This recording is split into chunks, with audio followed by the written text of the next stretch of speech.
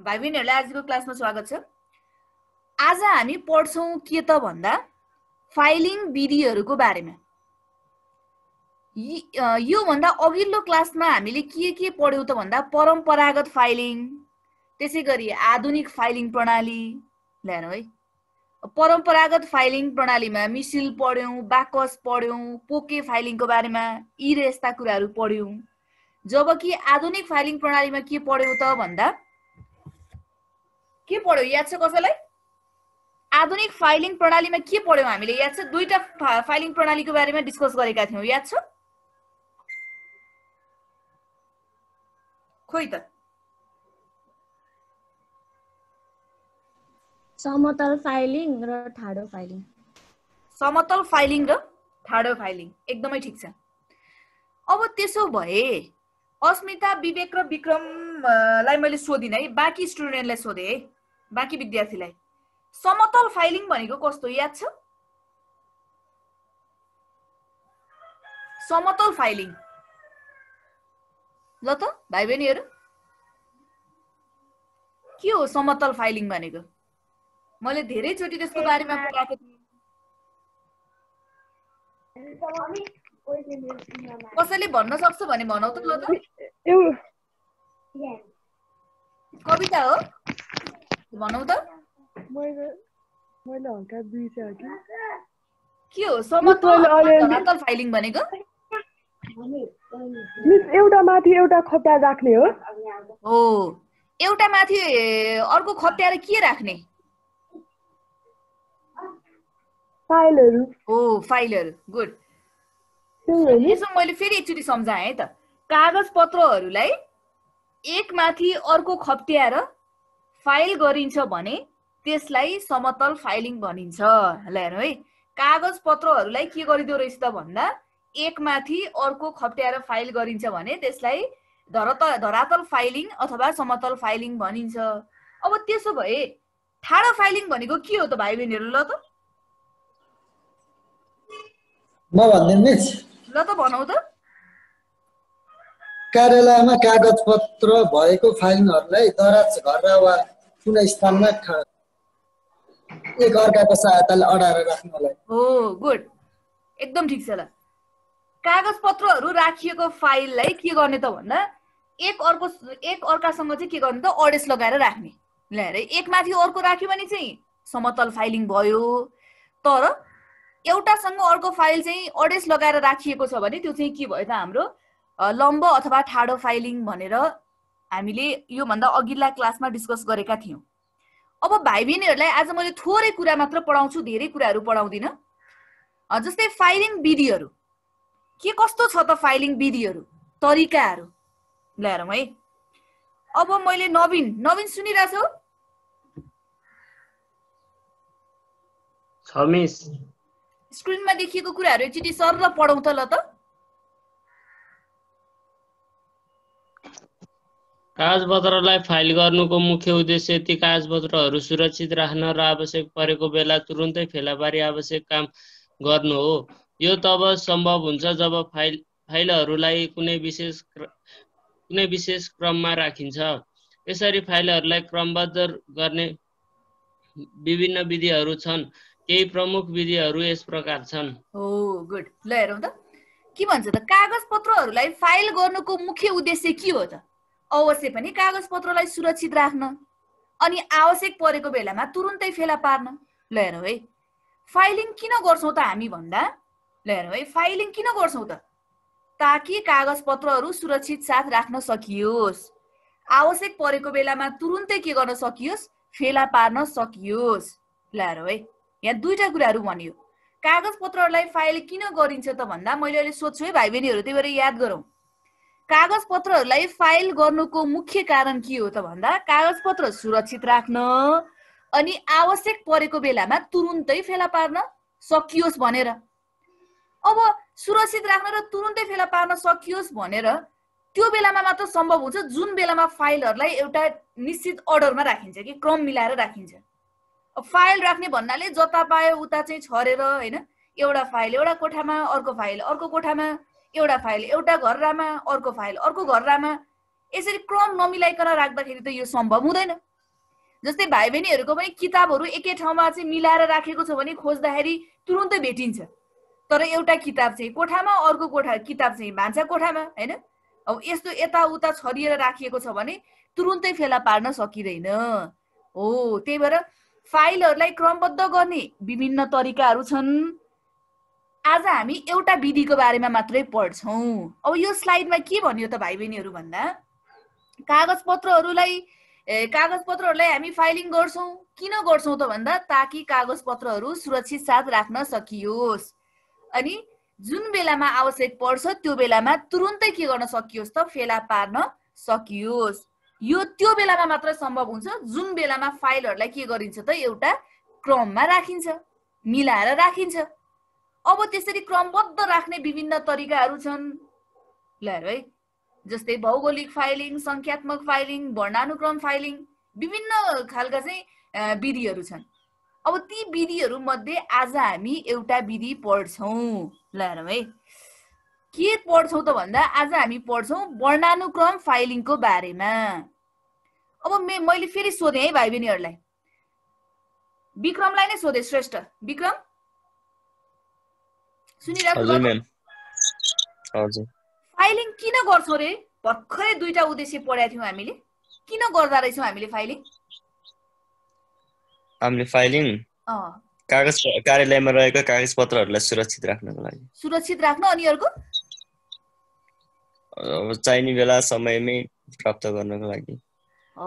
ल ठिक छ, चाहिएको बेलामा अथवा आवश्यक परेको बेलामा सजिलैसँग चाहिँ के गर्न सकियोस् त भेटियोस् भनेर। एकदम ठिक छ। कृष्ण सुनिरहेछौ बाबु? सुनिरहेछ म्याम।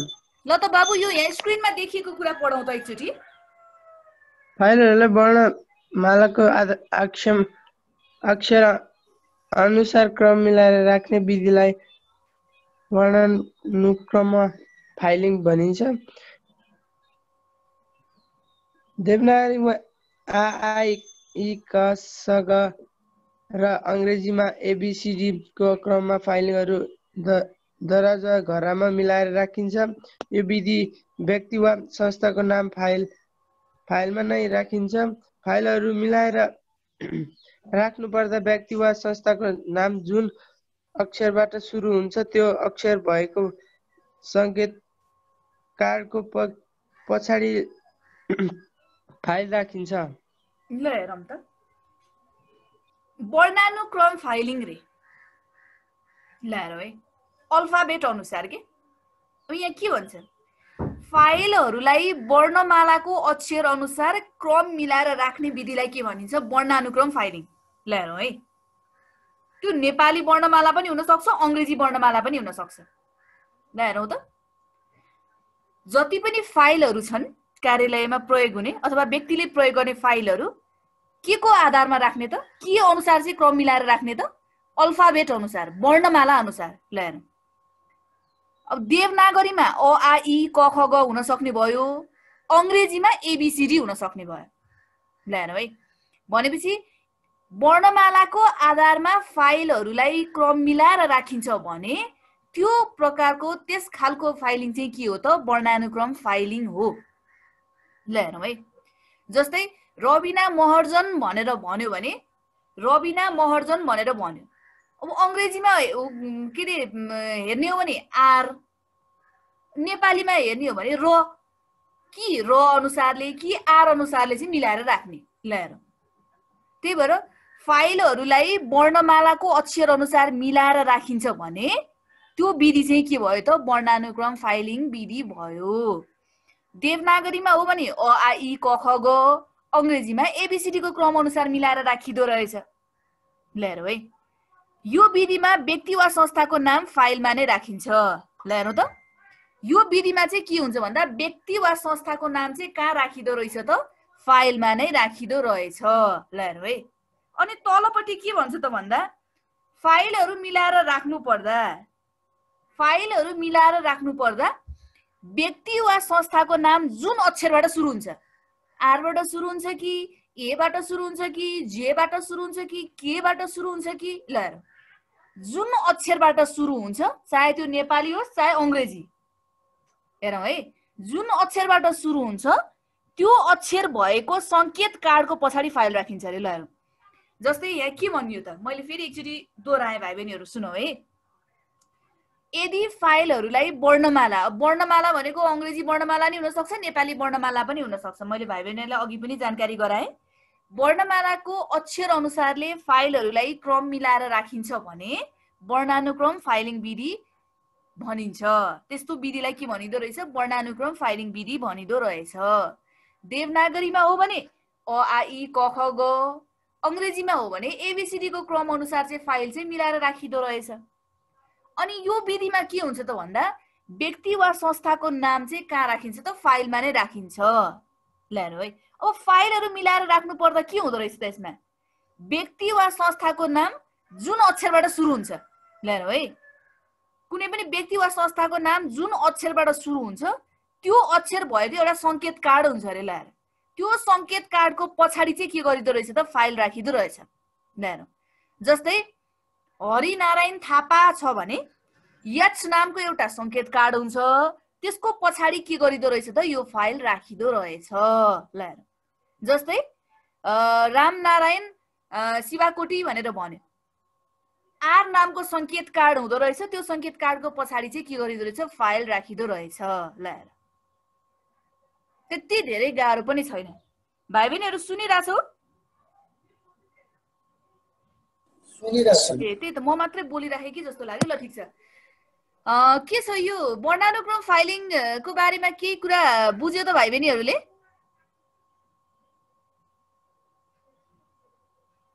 के छ वर्णानुक्रम फाइलिङको बारेमा बुझेको हो त? के एकचोटि सोधि हेरेँ है त मैले।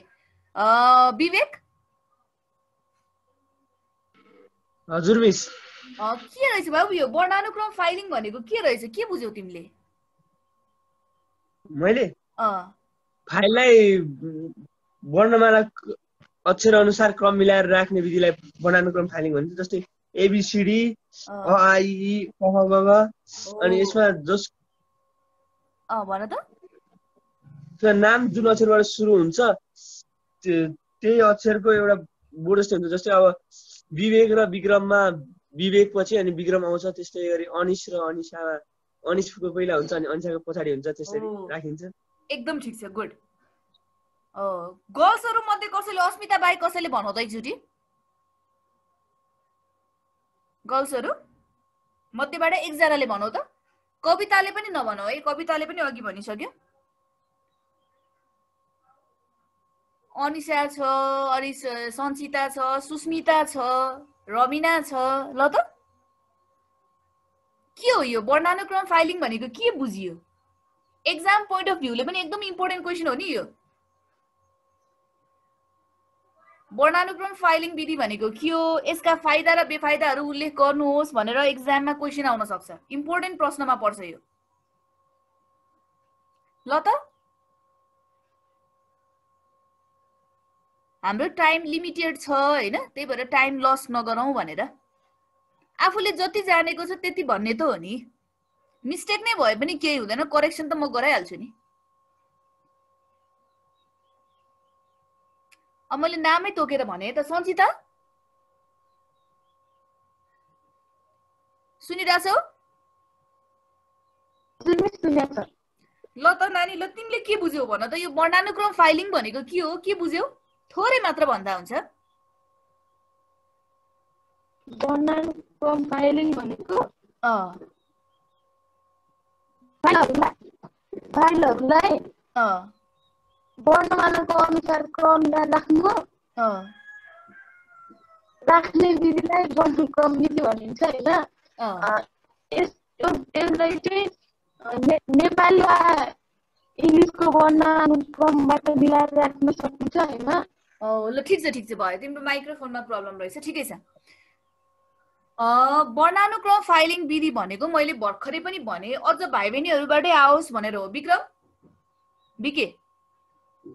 विक्रम हजुर सुनिरहेछु। बाबु तिमीले वर्णानुक्रम फाइलिङको बारेमा?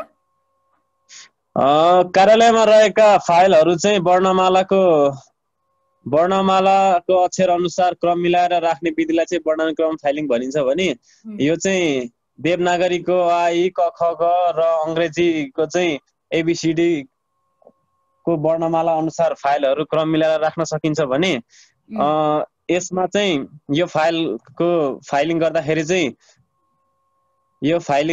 चाहिँ फाइल गर्नुपर्दा व्यक्ति वा संस्थाको नाम चाहिँ जुन अक्षरबाट सुरु हुन्छ त्यो अक्षरको सङ्केत कार्डको पछाडि गरिएको हुन्छ भने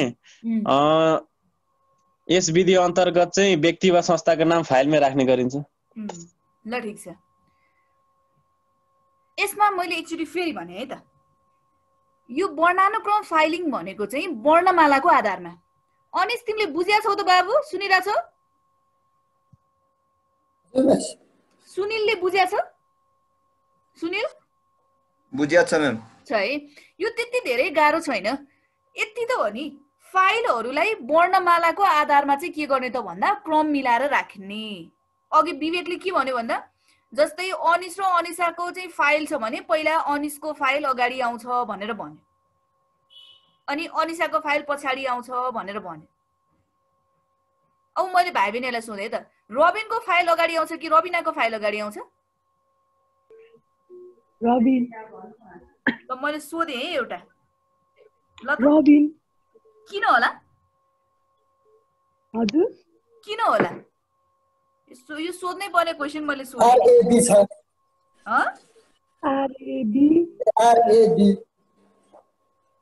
रबिनको फाइल आउँछ कि रबिनाको फाइल अगाडि आउँछ?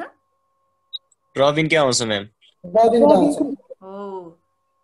अब त्यसो भए मैले अर्को सोधेँ है त, हरिको फाइल अगाडि आउँछ कि हरिसको फाइल अगाडि आउँछ? हरिको नि। हरिकै हो। यो बुझ्नु पर्यो कि भाइ बहिनीहरूले। त्यो त अल्फाबेटिकल अर्डर भयो। अझ यसमा चाहिँ के हुन्छ त भन्दा त्यो त अल्फाबेटिकल अर्डर अनुसार अब त्यो जस्तै बीबाट पनि एकजना मान्छे मात्रै हुन्छ र एउटा मात्र अर्गनाइजेसन हुन्छ र बीबाट नाम आउनु त कति धेरै हुन्छ, जस्तै बिमल होला, विक्रम होला, विनय होला, ल विनोद होला। अब बीबाट त कति आउँछ के? जे जस्तो भए पनि भाइ बहिनीहरूले के बुझ्नु पर्यो त भन्दा फाइलहरूलाई वर्णमालाको आधारमा मिलाएर राखिन्छ भने के त्यस्तो विधिलाई के भन्ने त भन्दा वर्णानुक्रम फाइलिङ विधि भन्ने। अनि यो फाइलिङ विधिमा चाहिँ नेपालीमा देवनागरीमा हो भने अ आ इ क ख ग अथवा अङ्ग्रेजीमा हो भने एबीसीडी चाहिँ प्रयोग गरिन्छ। एबीसीडी को क्रममा चाहिँ के गरिन्छ त भन्दा फाइलहरू दराज वा घरनामा मिलाएर राखिन्छ। अनि फाइलहरू मिलाएर राख्नु पर्दा चाहिँ के हुन्छ भन्दा त्यो व्यक्ति वा संस्थाको नाम जुन अक्षरबाट सुरु हुन्छ नि, एबाट सुरु हुन्छ कि बीबाट सुरु हुन्छ कि डीबाट सुरु हुन्छ, केबाट सुरु हुन्छ त, त्यो अक्षर भएको संकेत कार्डको पछाडि चाहिँ के गरिदो रहेछ त फाइल राखिदो रहेछ। ल हेर, मैले यहाँ थोरै देखाएँ भाइ बहिनीहरूलाई। जस्तै ल यो स्लाइडमा हेरौँ है, जस्तै ग्लोबल बैंक लिमिटेड। ल हेरौँ है, ग्लोबल बैंक लिमिटेडको फाइल तयार गर्दा ग्लोबल बैंक लिमिटेड लेखिन्छ। ल हेरौँ है, ग्लोबल बैंक लिमिटेडको फाइल हो भने त पक्कै पनि ग्लोबल बैंक लिमिटेड भनेर लेखिन्छ। जस्तै मनोमैजु माध्यमिक विद्यालय छ भने त फाइलमा त पक्कै मनोमैजु माध्यमिक विद्यालय हुन्छ नि त। ल अर्थात् ग र जी लेखिएको संकेत कार्ड पछाडि सो फाइल राखिन्छ रे। त्यो फाइल कहाँ राख्ने रहेछ त? ग नेपालीमा हो भने ग, अङ्ग्रेजीमा हो भने जी लेखिएको संकेत कार्डको पछाडि चाहिँ सो फाइल राखिन्छ भन्नु। ल अब जस्तै मैले अर्को एउटा उदाहरण दिएँ, जस्तै राजेश हमाल भनेर भन्यो। ल राजेश हमालको चाहिँ अब नेपालीमा हो भने र, अङ्ग्रेजीमा हो भने आर लेखिएको संकेत कार्ड पछाडि चाहिँ उहाँको फाइल चाहिँ राखिदो रहेछ। ल हेरौँ त, सेम एक्जाम्पल यहाँ मैले अहिले भाइ बहिनीहरूलाई स्लाइडमा पनि देखाइरहेको छु। यही भनेको छ क्लियरली यहाँनिर। जस्तै ग्लोबल बैंक लिमिटेडको फाइल तयार गर्दा के लेखिन्छ? पक्कै पनि ग्लोबल बैंक लिमिटेड लेखिन्छ। अब यसको अर्थ चाहिँ के त भन्दा ग अथवा जी लेखिएको संकेत कार्ड पछाडि चाहिँ सो फाइल के गरिदो रहेछ? राखिदो रहेछ। त्यही भएर भाइ बहिनीहरूले के बुझ्नु पर्यो त भन्दा यदि फाइलहरूलाई नेपाली वर्णमाला अथवा अङ्ग्रेजी वर्णमालाका अक्षर अनुसार मिलाएर राखिन्छ, क्रम मिलाएर राखिन्छ भने यस प्रकारको फाइलिङ विधिलाई हामी के भन्छौँ त? वर्णानुक्रम फाइलिङ विधि भनेर भन्छौँ। सुस्मिता सुस्मिता मेरो आवाज सुनिरहेको छौ?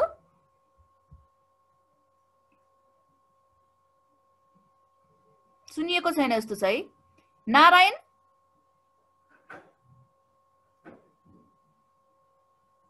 नारायणले मेरो आवाज सुनिरहेको छ बाबु?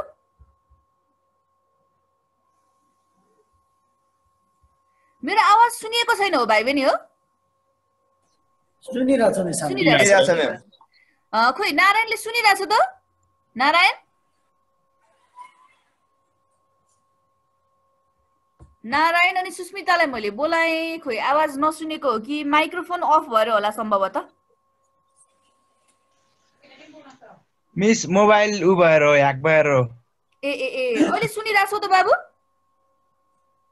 सुनिराख मिस। के यो वर्णानुक्रम फाइलिङको बारेमा के बुझ्यौ बाबु तिमीले? कस्तो रहेछ यो वर्णानुक्रम फाइलिङ? बुझ्न सरल, कम खर्चिलो। अनि त्यो त फाइदा भयो। थोरै समय लाग्ने। त्यो त फाइदा भयो। वर्णानुक्रम फाइलिङ भनेको चाहिँ के हो भनेर सोधेको मैले। के को आधारमा फाइलहरू मिलाएर राख्ने वर्णानुक्रममा? यसमा के रे नेपालीमा क ख यो उसको आधारमा अनि देवनागरीमा अ आई का क ख ग को आधारमा अनि अंग्रेजीमा एबीसीडी को आधारमा डराज वा घरमा मिलाएर राख्ने। ओ ठीक छ। अझ सुनिललाई सोधे मैले, एकचोटि भनौ त सुनिल, कस्तो हो यो वर्णानुक्रम फाइलिङ भनेको? मोबाइल के भयो यार, ब्याकै हुन सकेर जानु। सुनिल सुनिरहेछौ? हजुर म्याम सुनिरहेछु। ल भन त बाबु, कस्तो हो यो वर्णानुक्रम फाइलिङ भनेको? म्याम यसमा चाहिँ फाइलहरूले वर्णमालाको अक्षर अनुसार फाइलहरूको क्रमलाई मिलाएर राख्ने विधिलाई नै वर्णानुक्रम फाइलिङ भनिन्छ हैन। अनि यसलाई देवनागरीमा चाहिँ आ इ क ख ग र अंग्रेजीमा चाहिँ एबीसीडी को क्रममा फाइलहरूलाई डराज वा घरमा मिलाएर राखिन्छ। एकदम ठीक छ। यति बुझ्दा पनि हुन्छ। भन त अरु पनि भन्दै रहेछौ, भन त। यो विधिमा चाहिँ व्यक्ति वा संस्थाको नाम फाइलमै राखिन्छ।